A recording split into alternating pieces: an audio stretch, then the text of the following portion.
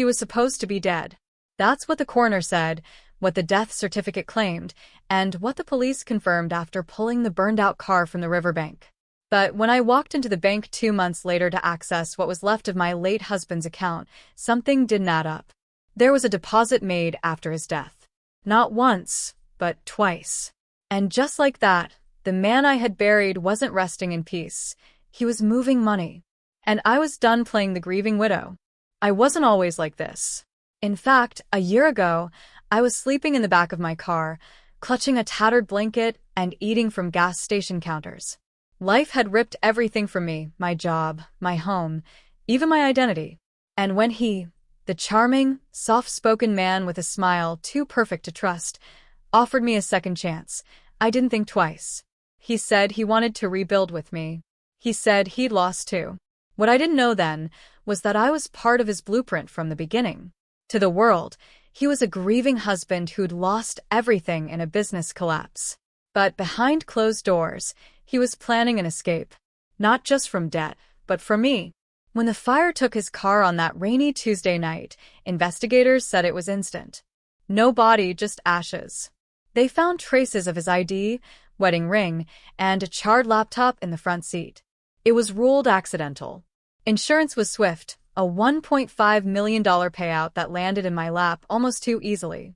But I wasn't ready to spend it. Not because I was mourning, but because something in me whispered, he's not gone. He's hiding.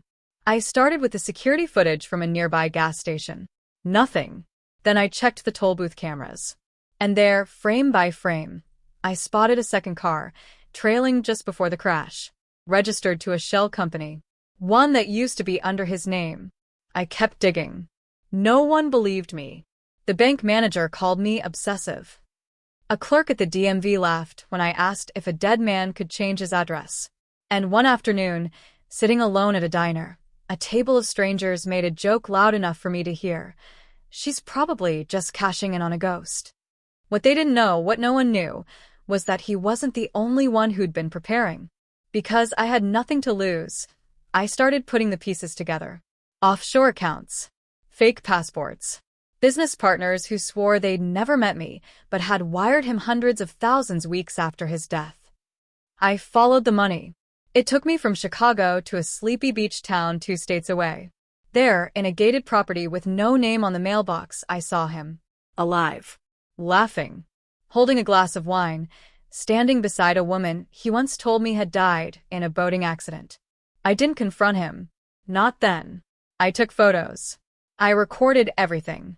And then I went back to the bank. Not to report him, but to take everything he thought I didn't know existed. You see, while he was busy erasing himself, he made one mistake. He left a key account in both our names, tucked under a real estate LLC he thought I was too dumb to trace. But I did. And I cashed in the truth. But it doesn't end there. Because when you steal your life back, people start paying attention. The very people who once mocked me started whispering behind my back. Not because I was broken, but because I was suddenly dangerous. A woman who came from nothing, rose from betrayal, and turned a fake death into real power. And the best part? He still doesn't know I saw him. He's living in a house bought with dirty money, unaware that the next time he logs into his account it'll be empty. Just like the grave he thought he'd buried me in. I still wear the ring he left behind. Not because I love him, but because I want him to recognize the hand that takes everything when it's finally time. Because sometimes, when someone writes you off as dead weight, they forget the dead have a way of coming back. And trust me, I'm just getting started.